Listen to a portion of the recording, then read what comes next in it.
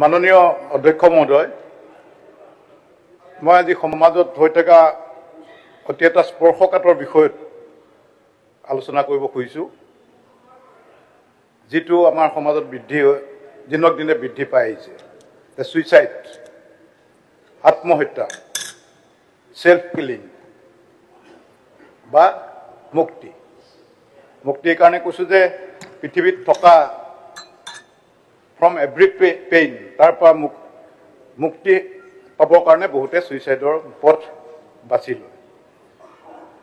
কিন্তু দেখা গৈছে যে যিসকলে এইবিলাক কথা চিৰিয়াছলি ভাবিব নোৱাৰে, পেইন এণ্ড অল দিছ, বিশেষকৈ আমাৰ ছাত্ৰ সমাজ, সেইসকলেও এই পথটো বাছি ল'বলৈ ধৰিছে দিনক দিনে।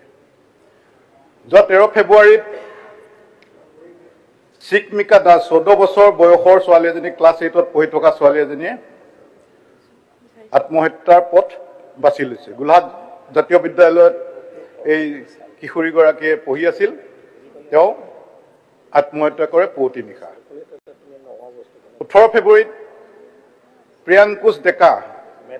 প্ৰিয়ংকুশ ডেকা মেট্ৰিক পৰীক্ষাৰ কেণ্ডিডেট এজনে শিলপুখুৰী হাউচিং কলনীত তেওঁ আত্মহত্যাৰ পথ বাছি লৈছে। 19 ফেব্ৰুৱাৰীত অনিশা চেত্ৰী ছাছপেক্টেড ছুইচাইড, বিশ্বনাথ চাৰিআলিৰ ঘৰ, ইয়াতে ক'ৰবাত তেওঁ পঢ়ি আছিল।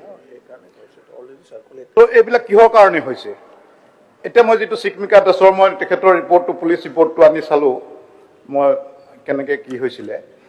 তেওঁক ৰাতিপুৱা পৰীক্ষা চলি আছিল, ডাঙৰ পৰীক্ষাও নহয়, ক্লাছ 8ৰ পৰীক্ষা। ৰাতিপুৱা 3টা বজাত মাকে উঠাই দিলে, পঢ়িব লাগে। তো 3টা বজাত পঢ়িবলৈ বহাই দি মাকে চাহ বনাবলৈ গ'ল যে মই চাহ আনোগৈ। ঘূৰি আহি দেখিছে যে ৰুমৰ দুৱাৰ বন্ধ। তো দুৱাৰখন ভাঙি পেলাই দেখিছে যে এই চিকমিকা দাস বোলা সৰু ছোৱালীজনীয়ে ছুইচাইড কৰিলে। কিয় কাৰণে? নিশ্চয় তেওঁ ভয় খাইছে যে মই পঢ়িব পৰা নাই, মাহঁতে মোক কি ক'ব, দেউতাই কি ক'ব, বা প্ৰিয়ংকুশ ডেকাৰ তেওঁ পৰীক্ষাত বোলে ফলাফল বেয়া হ'ব বুলি ভয় খাই তেওঁ আত্মহত্যাৰ পথ বাছি ল'লে।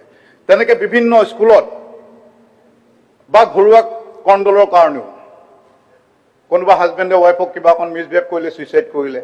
মানুহবিলাক খুব চেণ্টিমেণ্টেল হৈ আহিছে। বিশেষকৈ আমাৰ ছাত্ৰ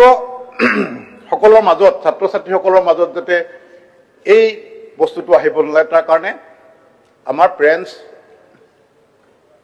আমাৰ চৰকাৰেও ব্যৱস্থা হাতত ল'ব লাগিব। কাৰণ আজিকালি আমাৰ গাৰ্জেনবিলাক দিনক দিনে এনেকুৱা হৈ আহিছে, আমি ভাত সোনকালে হ'বৰ কাৰণে যেনেকৈ প্ৰেছাৰ কুকাৰ দি দিওঁ, তেনেকৈ ছাত্ৰ ছাত্ৰীক, নিজৰ সন্তানসকলক এটা প্ৰেছাৰ কুকাৰ সোমোৱাই দিয়ে যে তই বেগেতে সিজিবই লাগিব, চোকা হ'বই লাগিব। মাজে মাজেতো মোৰ এনেকুৱা ধাৰণা হয়, যদি সম্ভৱ হ'লহেঁতেন, যদি পাৰিলেহেঁতেন, কিছুমান গাৰ্জেনে মই লগ পাইছোঁ, যদি সম্ভৱ হ'লহেঁতেন নিজৰ 10-12 বছৰীয়া ল'ৰা ছোৱালীটোক হাতুৰি বটালি মাৰি যিমান কিতাপৰ জ্ঞান আছে চব হেঁচি ঠেলি সোমোৱাই লগ কৰি দিলেহেঁতেন, যা ইঞ্জিনিয়াৰ হওঁগে, ডক্টৰ হওঁগে। কিন্তু আমাৰ সমাজখনে আমি পাহৰি যাওঁ যে ফৰ্মেল এডুকেশ্যন নোহোৱাকৈও এই পৃথিৱীত, ভাৰতত বহুত ডাঙৰ বিখ্যাত মানুহ হৈছে, বহুত ডাঙৰ ডাঙৰ ইনভেণ্ট কৰিছে, চাইণ্টিষ্ট হৈছে। আমাৰ ভাৰতৰ শ্ৰীনিবাস ৰামানুজন, সেইটো মেথমেটিক্সৰ অংকৰ পণ্ডিত, কিন্তু তেওঁ কোনো ফৰ্মেল এডুকেশ্যন নাই। আমাৰ Bill Gates, Henry Ford, Thomas Edison, Albert Einstein, Abraham Lincoln, এইবিলাকৰ কোনো ফৰ্মেল এডুকেশ্যন নাছিল। তথাপি তেওঁলোকে কিন্তু নিজস্বভাৱে আগবাঢ়ি গৈ তেওঁলোকে গোটেই পৃথিৱীক কণ্ট্ৰিবিউট কৰিছে, পৃথিৱীৰ কাৰণে কিবা দি গৈছে। সেইকাৰণে আমাৰ যিবিলাক অভিভাৱক আছে তেওঁলোকেও বুজিব লাগিব যে ল'ৰা ছোৱালীটোৰ ক'ত চখ, কি ভাল পায়, যে জবৰদস্তি নিজৰ বহুতক দেখা পাওঁ ল'ৰা ছোৱালীটো চোকা হোৱাৰ কাৰণেও নহয়, নিজৰ ইজ্জত যাতে সমাজত ওপৰলৈ যায়, সেইকাৰণেও ল'ৰা ছোৱালীবিলাকক প্ৰেছাৰ খুব দিয়া পৰিলক্ষিত হয় যে মই ইঞ্জিনিয়াৰ হ'ব নোৱাৰিলোঁ, মোৰ ল'ৰাটো ইঞ্জিনিয়াৰ হ'বই লাগিব। যে হাজৰিকানীৰ পুতেকে 90 পাইছে, মই শইকীয়া পৰিয়ালে মই 90 পোৱা নাই, মোৰ সমাজত ইজ্জত ক'ত থাকিব? যে ল'ৰাটোৱে কি কৰিব সেই বুলি নহয়, যে নিজৰ সমাজত ইজ্জত। আজিকালি এটা ট্ৰেণ্ড উঠিছে যে নিজৰ ল'ৰা ছোৱালীক পঢ়াব লাগে বুলিয়ে গাঁৱৰ পৰা গোটেই মাক বাপেক গোটেই ছেট গৈ টাউনত ভাড়াঘৰ কৰি লয়, নিজৰ বৃদ্ধ মাক বাপেককো এৰি থৈ যায়।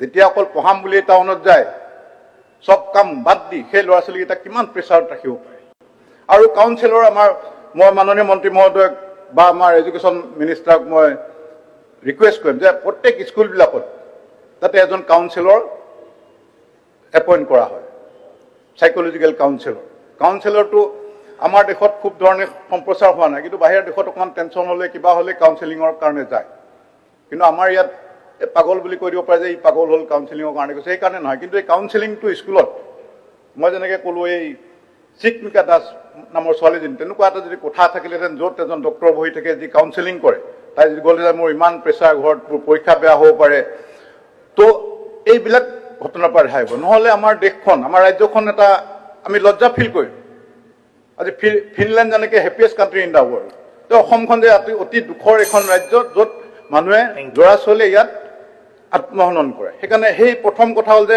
এজন কাউন্সিলৰ বিশেষকৈ হাইস্কুলবিলাকত দিবৰ কাৰণে মই আমাৰ মাননীয় মন্ত্ৰী মহোদয়ক অনুৰোধ কৰি আছোঁ ধন্যবাদ